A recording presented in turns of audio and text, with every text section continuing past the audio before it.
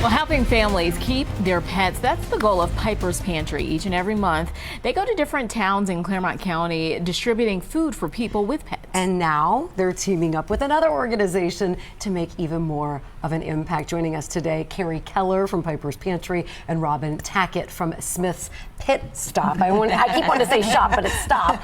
Carrie, let's start with you and talk to us a little bit about how did Piper's Pantry begin?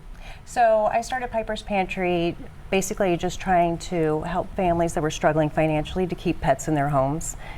Shelters and rescues are all overwhelmed and full, and we didn't want to see any owner surrenders due to something that could be easily fixed. A bag of food, some kibble, whatever we needed to do.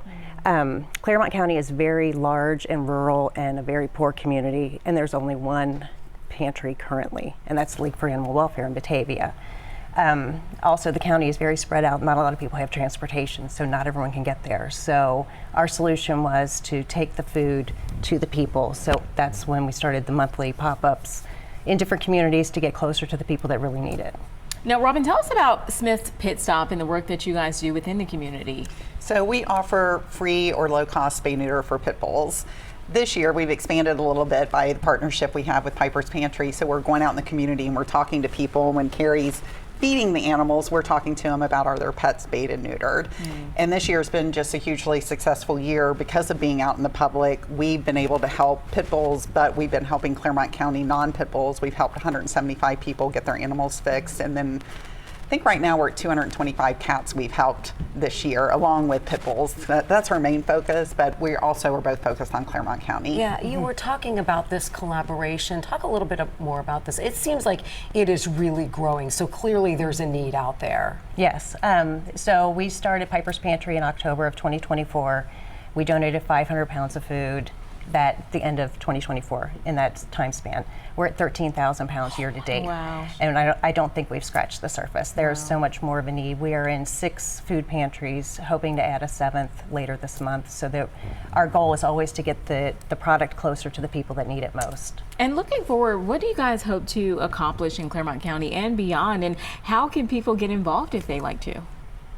I was like, I'm going to let you take that because And our goal is really no hungry pets and no unwanted litters. I mean, if we can collaborate and get that message to the people, then I think that we'll be successful, and there'll be, maybe the shelters won't be overcrowded, and people will not be struggling so much. Your message to the people out there who are seeing this today, can they help? Can they get involved? Oh, absolutely. We always need help with, just at the events, handing out food. But more importantly, when we leave there, we usually have, at the last event, I think 39 people needed help with trapping cats. So TNR is a big, topic, and that's a whole nother conversation. But as we're getting out and talking to people, we're really seeing what that need is. So if people could get the animals fixed before they have a litter, when people are like, oh, it's an accidental litter. Well, it really isn't. If you have an unaltered animal, they're, and a female, she's going to probably get pregnant. And that is just a trickle down effect, because then the rescues are full, the shelters are full, the animals are dying outside because they don't have anywhere to go. People want to help and they're saying, can you help us? And it's like, we don't have anywhere for these cats to go either. Or these, so just getting your cat spayed and neutered, your dog spayed and neutered, it's, the whole, we've been preaching that for how many years now? I know, but you can't say it enough, Robin. Carrie, thank you for all that you're doing, as you said, to keep these animals out of our shelters, because every month it seems we're having our local animal shelters on saying they're overcrowded. So again, tomorrow Piper's Pantry is having that pop-up pet pantry Carrie was talking about, this time at the feed mill in St. Felicity, Ohio. It's from 10 in the morning till 11:30 in the morning. Here's a QR code right here on your screen. You can sign up for low-cost spay and neuter services as well. We're also going to have all of this information for you on our website. I know we're throwing a lot at you. Go to WLWT.com. You can learn more about both of these organizations and how you can get involved, guys.